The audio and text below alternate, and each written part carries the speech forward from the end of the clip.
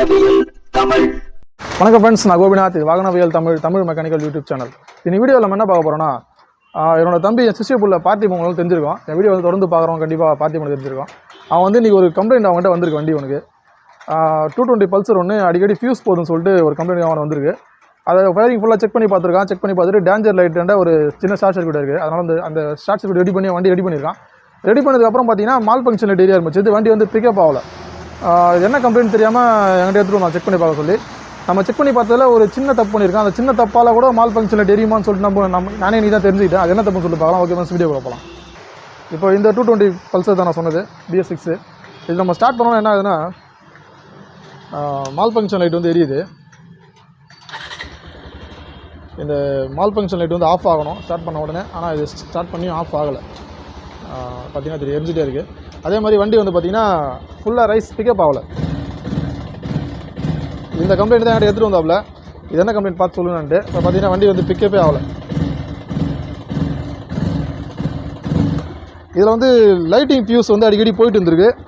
அந்த ஃபியூஸ்லாம் வந்து பக்காவாக செக் பண்ணி இந்த டேஞ்சர் லைட் ஏதோ ஷார்ட் சர்க்யூட் அதெல்லாம் ரெடி பண்ணிட்டாங்க. ரெடி பண்ணதுக்கப்புறம் பார்த்திங்கன்னா இந்த மால் ஃபங்க்ஷன் ப்ராப்ளம், வண்டி அடைக்கிற ப்ராப்ளம். இது என்ன இருக்குன்னா, அதில் லைட்டிங்லாம் செக் பண்ணிட்டு ஒயரிங்லாம் செக் பண்ணிட்டு டேப்பட் அட்ஜஸ்ட் பண்ணியிருக்கான். டேப்பட் அட்ஜஸ்ட் பண்ணும்போது ஒரு சின்ன ப்ராப்ளம் ஆகிடுது.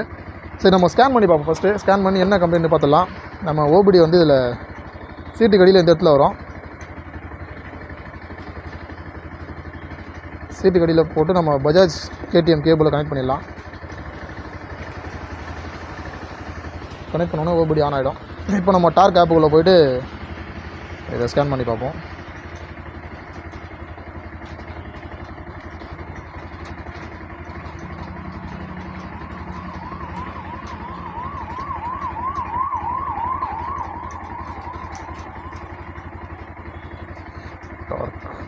டார்க் ப்ரோவில் போய்ட்டு கனெக்ட் ஆகிடுச்சு. இப்போ நம்ம ஃபால்ட்டு கோடு பார்ப்போம் என்னன்ட்டு. இதில் பார்த்திங்கன்னா ஒரு லைனாக ஃபால்ட்டு கோடு நிறைய வருது. இந்த ரெட் கலரில் இருக்கிறதுலாம் வந்து பழைய மெமரியில் இருக்கக்கூடிய ஃபால்ட்டு கோடு. அதெல்லாம் வந்து நமக்கு ப்ராப்ளம் இல்லை. இந்த க்ரீன் கலரில் இருக்கிறது தான் வந்து கரண்ட்டில் இருக்கக்கூடிய ஃபால்ட்டு. ரெட்டில் இருக்கிறதுலாம் பார்த்திங்கன்னா manifold, absolute pressure sensor, map sensor, O2 sensor, அதெல்லாம் பழைய ஃபால்ட்லாம் காட்டுது. அடியில் க்ரீனில் பார்த்திங்கன்னா நமக்கு ஒரே ஒரு ஃபால்ட்டு தான் காட்டுது. இக்னிஷன் காயில் ஏ ப்ரைமரி செகண்டரி சர்க்யூட் அப்படின்னு சொல்லிட்டு வந்திருக்கு. இதுதான் வந்து இப்போது கரண்ட்டில் இருக்கக்கூடிய கம்ப்ளைண்ட்டு. ஸ்கேனிங் முடிட்டோம், வேறு எதனா வருதான்னு பார்ப்போம்.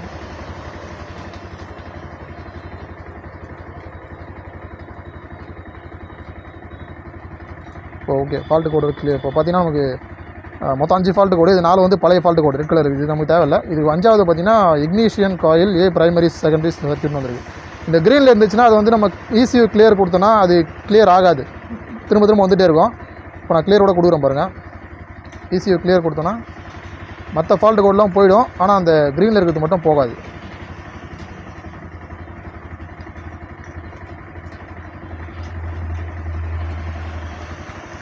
கம்ப்ளீட் ஆகிடுச்சு. ஆனாலும் மேலே வந்து மால் ஃபங்க்ஷன் லைட் போகல. மால் ஃபங்க்ஷன் லைட் எரிஞ்சிட்டு தான் இருக்குது. இப்போ நம்ம பார்த்திங்கன்னா மறுபடியும் நான் ஸ்கேன் பண்ணுறேன். மறுபடியும் அதே மாதிரி வந்துச்சு பாருங்கள். இந்த செகண்டரி இந்த இக்னிஷன் காயில் சர்க்யூட் வந்து மறுபடியும் வந்துடுச்சு. இப்போ இது என்ன கம்ப்ளைண்ட் நம்ம பார்த்தோன்னா, இக்னிஷன் காயில்னால் வந்து நமக்கு எல்லாருக்கும் தெரிஞ்சிருக்கும், ஸ்பார்க் ப்ளக்குக்கு கரண்ட் வரக்கூடிய அந்த காயில் தான் வந்து இக்னிஷன் காயில்னு சொல்லுவாங்க. பஜாஜ் வண்டியில் பார்த்திங்கன்னா 2 இக்னிஷன் காயில் இருக்கும். இது அடியில் பார்த்திங்கன்னா நமக்கு தெரியும். இப்போ நம்ம பார்ட்டி என்ன பண்ணியிருக்கோன்னா, வால்வு டேப்பட் அட்ஜஸ்ட் பண்ணியிருக்காப்புல. அட்ஜஸ்ட் பண்ணிவிட்டு இந்த இக்னிஷன் காயில் தான் வந்து புட்டி காயில் இக்னிஷன் காயில்னு சொல்லுவாங்க. அந்த சாக்கெட்டுக்கு போகக்கூடிய இந்த சாக்கெட் வந்து அந்த காயிலுக்கு போகக்கூடிய அந்த அடாப்டர் வந்து கனெக்ட் பண்ண மறந்துட்டாப்புல. அதனால தான் கம்ப்ளைண்ட்டு. இந்த அடாப்டர் வந்து கனெக்ட் பண்ணல. இப்போ அந்த அடாப்டர் நம்ம கனெக்ட் பண்ணோன்னா வண்டியோட அந்த பிக்கப் ப்ராப்ளமும் சால்வ் ஆகிடும். அந்த மால் ஃபங்க்ஷன் நம்ம கிளியர் பண்ணலாம். அதை கனெக்ட் பண்ண பார்க்கலாம். பைக் ஆஃப் பண்ணிட்டு கனெக்ட் பண்ணோம்.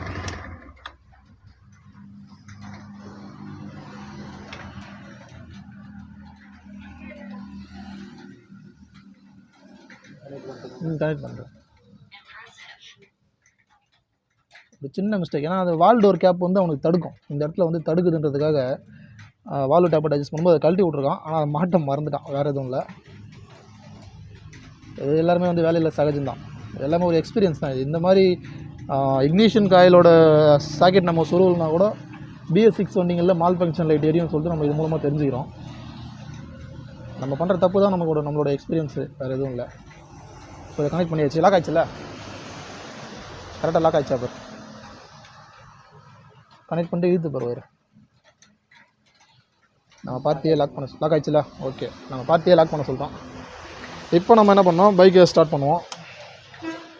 இப்போ ஸ்டார்ட் பண்ணாலும் நமக்கு வந்து மால் ஃபங்க்ஷன் போகாது. ஆனால் வண்டி பிக்கப் நல்லாயிருக்கும்.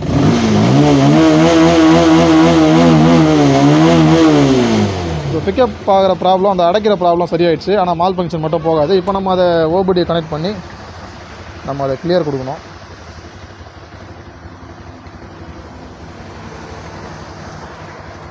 ஓகே, கனெக்ட் ஆகிடுச்சு. ஃபால்ட்டு கோடு பார்த்து ஸ்கேனிங் முடிட்டோம்.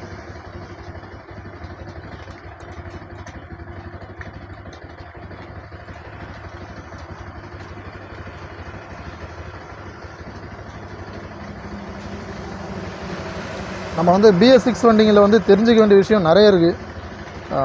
இதனால் கூட மால் ஃபங்க்ஷன் எரியுமான்னு சொல்லிட்டு நம்ம ஒன்று தான் தெரிஞ்சுக்கிறோம். ஏன்னா வந்து இக்னிஷன் காயில்ன்றது ஒரு சென்சார் கிடையாது. அது நார்மலாக எல்லா வண்டியிலையும் வரக்கூடியது தான். அந்த காயிலுக்கு நமக்கு லைன் போகலனா கூட பஜாஜ் வண்டிகளில் மால் ஃபங்க்ஷன் எரியுன்னு நம்ம தெரிஞ்சுக்கிட்டோம். இப்போ நம்ம கீ ஆஃப் பண்ணிவிட்டு, இக்னிஷன் மட்டும் ஆஃப் பண்ணிவிட்டு கீ ஆனில் இருக்கணும். இப்போ நம்ம கிளியர் கொடுப்போம்.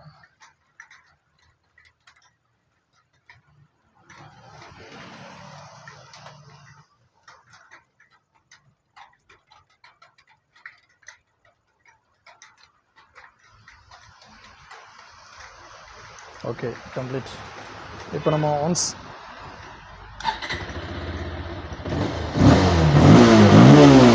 இப்போ நமக்கு மால் ஃபங்க்ஷன் லைட் ஆஃப் ஆகிடுச்சு, எரியல. சின்ன ப்ராப்ளம் தான், ஒரு சின்ன கவனக்குறைவுன்னு சொல்லலாம். இது எல்லோரும் பண்ணுறது தான், இதெல்லாம் வந்து சகஜம் தான், எல்லாம் எக்ஸ்பீரியன்ஸ் தானே எல்லாமே. இப்போ ஃபால்ட்டு கூட ஏதாவது இருக்கான்னு செக் பண்ணி பார்ப்போம்.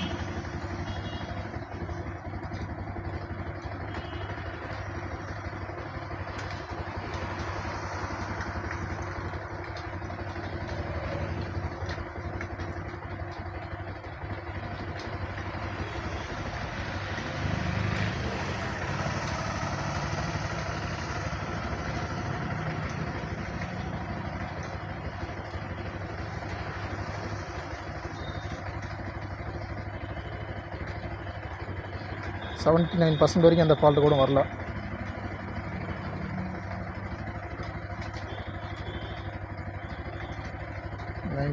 Okay, 0 fault code. இப்போ எந்த ஃபால்ட்டு கோடும் அந்த வண்டியில் இல்லை.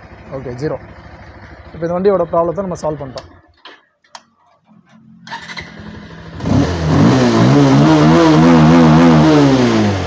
Okay, problem solve. இப்போ நம்ம கீ ஆஃப் பண்ணிட்டு ஓபிடியை டிஸ்கனெக்ட் பண்ணிடலாம். ஃபினிஷ்.